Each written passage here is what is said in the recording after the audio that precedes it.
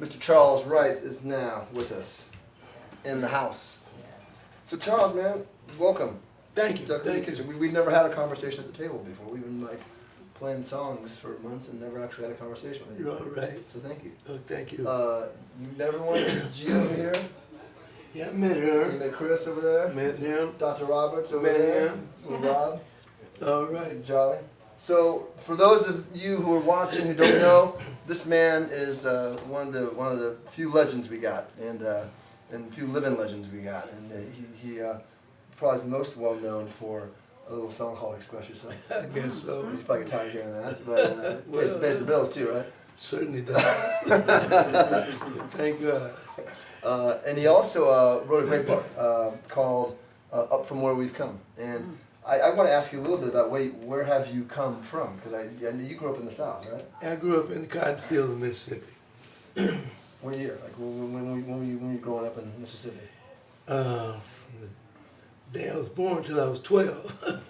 Then I came to California. Yeah. And that's where my book ended, at Union Station. And were you? This particular book. And what was it like growing up in Mississippi? Oh, it wasn't too cool. It wasn't too cool, man. When I was 4 or 5 years old, I had to babysit my brother, who was 2 years younger than me. Yeah. And all the rest of my family, they go off to the cotton patch every day. So I'm begging my father, let me go, let me go. And boy, you're not old enough yet. So when I got 6, about 6 years old, he took me to the cotton patch. Man, that was the worst day I ever had. What was I thinking about? Yeah, I thought it was gonna be something, man. It was the worst thing that ever happened. I never did like it. They got big thorns, right? Those cotton. Yeah, but that wasn't the real problem. Problem was picking cotton. It was terrible. And picking cotton for free because my dad had a sharecropping partner who owned the land. Right. And every year, they supposed to split everything down the middle. Every year, he found a way to screw my father up and put him deeper and deeper into his debt. Yeah. So we never got out of the hole.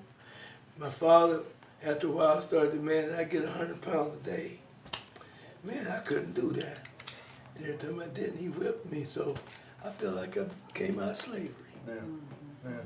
And how it's funny, you go in the music business, and some will say the music business was and is a sort of higher form of slavery to some degree. I mean, I left the cotton patch and came into the record field. Yeah, they both have their problems, trust me. But you've managed to do what's rare for most artists, and frankly rare for a lot of black artists too, which is to maintain control of your work. Yes. And maintain control of your copyrights. Yeah, and I'm very, the old lady told me once, hold on to your publishing. Yeah, and that made a lot of sense to me because you can always negotiate with your publisher, but if you don't have any of it, you can't do anything with it. And that's what happens to most guys. They sign a record contract, they're glad to do that, and they give them a publishing contract right along with it. Before you know it, they really don't have anything coming. Same thing, sharecropping. So you think that experience was sort of in your head when you got those record contracts put in front of you? I mean, you were smart enough. Because it's one thing to be told that. It's one thing to say, make sure you're publishing, but then someone's offering you a few $100 and you're desperate for some money. And, All she had to do was tell me once. Yeah. Yeah. But anyway, I came up in the business, like you just told me you did. I started out singing doo-wop. I had 3 hit records for 3 different doo-wop groups. What were the doo-wop groups? The Twilighters, the Shields, and the Galahad's. Right. Okay, so each time my problem with the vocal groups were, we would go down in the tunnel or in the bathroom at school, we would practice and rehearse and try to, perfect our sound and everything. Then once we made the hit record, guess what happened? Money never showed up. Girls. Ah, that money and girls. Yeah, they go looking for girls and they forget about you got to top that record you just did, you know?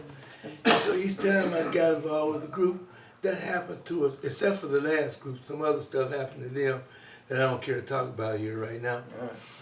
But that was the best group I had been in, and we were really doing it. But we had a misfortune with a disc jockey, and they messed the group up, and we broke up. At that point, the man who ran the record company, which was one of the most profitable independent companies, What was the company? was Delphi Records. Oh, Delphi, yeah, sure. He asked me to stay on as an A&R man. I hadn't even thought of doing anything like that. So A&R people are folks who sign acts. They look for new talent. They're the ones who keep the new talent coming to the label. But he saw something in me that he needed. He was in a slump, and I didn't have the confidence he had in me about being able to give him the feeling to get that next record, which I did. And then he screwed me and I left. I gave him a hit record called Oldie But Goodies Remind Me of You. Who sang it? Little Caesar and the Romans. Yeah, it was a big record.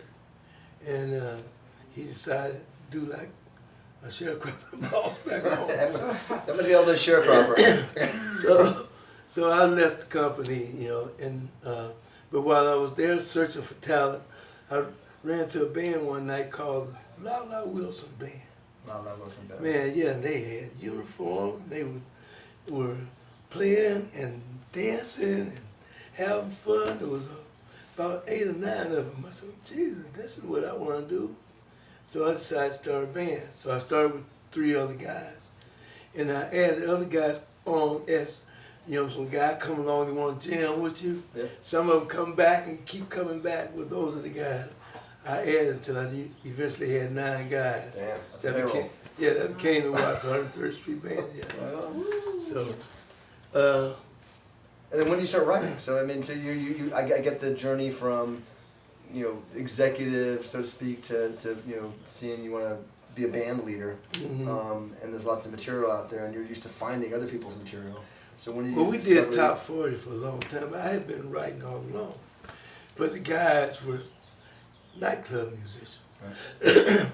Here I am trying to groom them to be recorded. I eventually did record musicians, but they weren't ready to do anything other than what they heard on the radio for a long time. Then I got involved with William Morris agent, and the guy William Morris, Bert Zell, told me, man, you got to start doing new material.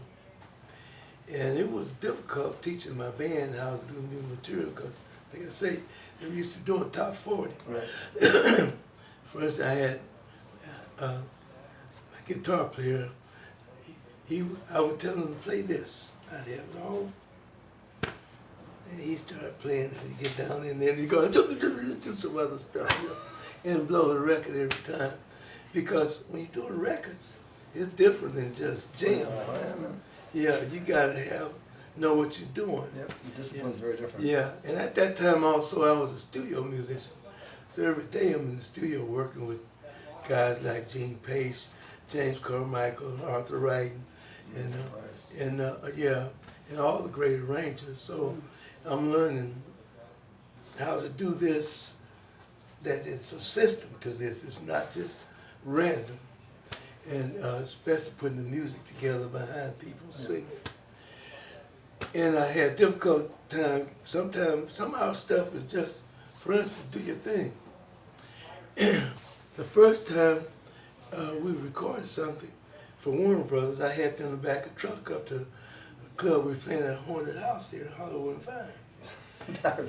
Yeah, I had to back the truck up there because I had heard that James Brown album, Live at the Apollo. Yeah, man. Man, and that's like one of the all-time seminal live albums. Yeah, so I said, let me do that. So I backed the truck up there, and then the early part of the night, they had all these microphones.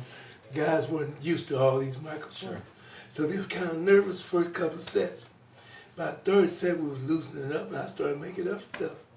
And Do Your Thing became our first big record. It was made up right there on the spot. Yeah.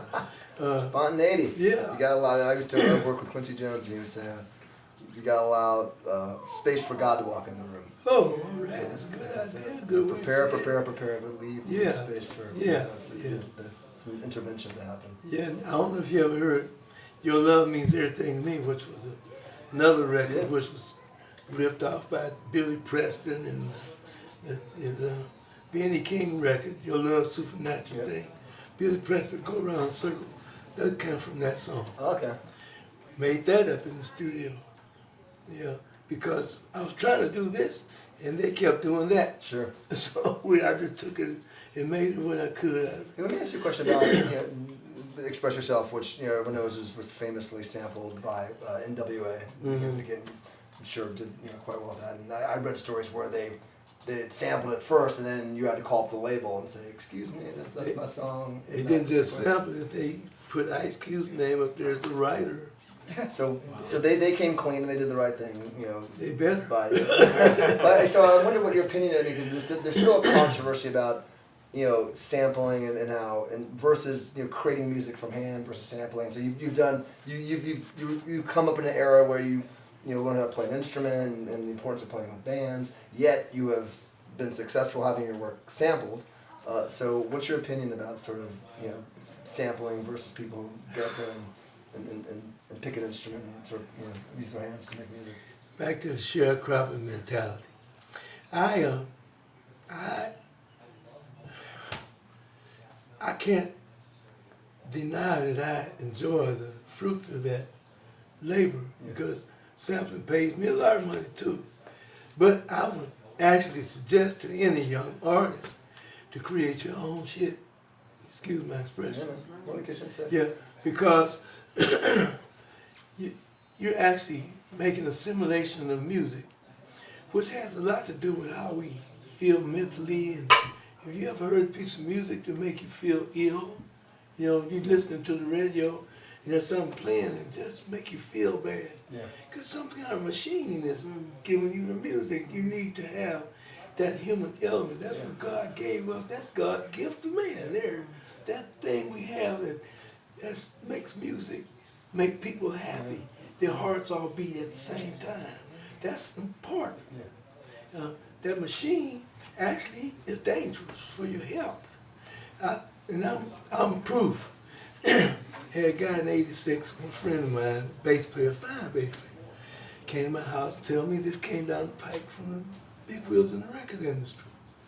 If you want to continue black, you want to continue to participate in the record industry, you must go out and buy yourself a drum machine and an electric keyboard. I cussed him out. And they told me that was stupid. That people, we would never go for that. And I look up a year and a half later, and that's exactly where we were. All the music I heard in the neighborhood was click, click, click, click, click track. You couldn't feel it. You gotta breathe. Yeah. So I personally my slogan here on my record is made by human beings, not by machines. Because I had to go out after I saw that it was going that way. I said, well, I better get me a drum machine and a keyboard. Some taste is strong. That's a sure problem. I said, everybody can make it talk, I can. So I hooked the thing up and started doing all these beats and stuff. Before I know it, I was feeling terrible. I had the cold, constantly the flu. And so I went to the doctor. I said, doctor, I can't get over this. Doctor checked me out, came back and said, I can't find nothing wrong, Bill. Let me take an EKG. She took an EKG, came back in the room, sprayed it out on the table. It was all zeros and ones, the shape of my heart. She said, Mr. Wright, you better sit down. Check this out. On the side of my heart was a muscle. That machine had built up an extra muscle on the side of my heart, and it was killing me. She said, I don't know what you're doing, but whatever it is, if you don't stop, you're gonna die. You get away from the machines. I got away from that machine, and the only time I have that problem now is if when I hear that machine, I can't stand it. So these guys riding around doing boom, boom, boom. See, what they don't understand is that music, when you start a beat and you got a crowd of people, all their hearts beat right at the same time, and it brings about a spiritual thing. That's why you see people, Yes, it's the greatest power in the world. yeah, and if you that same analogy is that machine making your heart beat at its pace, eventually it'll wear your heart out. Slave to the machine. Yeah, and these guys riding around, boom, boom, boom. I guarantee you won't live over 50 years old. Yeah. Because they're doing it to themselves, don't know it. Well, thank you for coming out here and bringing us your heart today. Yeah. All right. Yeah, it's really an honor to sit with you, man. Oh. It's really an honor. I appreciate All right. you taking a lead. Hope I ain't out too far for you guys to understand what I'm talking about. That's why we do what we do. I mean, I think that's why we've been committed to this music. I mean, Yeah. It's like the music's been good to us, and it feels Well, like I'm more glad people- somebody trying to keep it alive, man, because it shouldn't be a struggle to keep the music alive, because it's one of the most healthiest things that can happen to you when it's right. Yeah. Yep. Love you, man. All right. Thank you. Hallelujah. Hallelujah. Are we rolling, bud? So I can talk for a minute. All right, here we go. 2, 3. Put together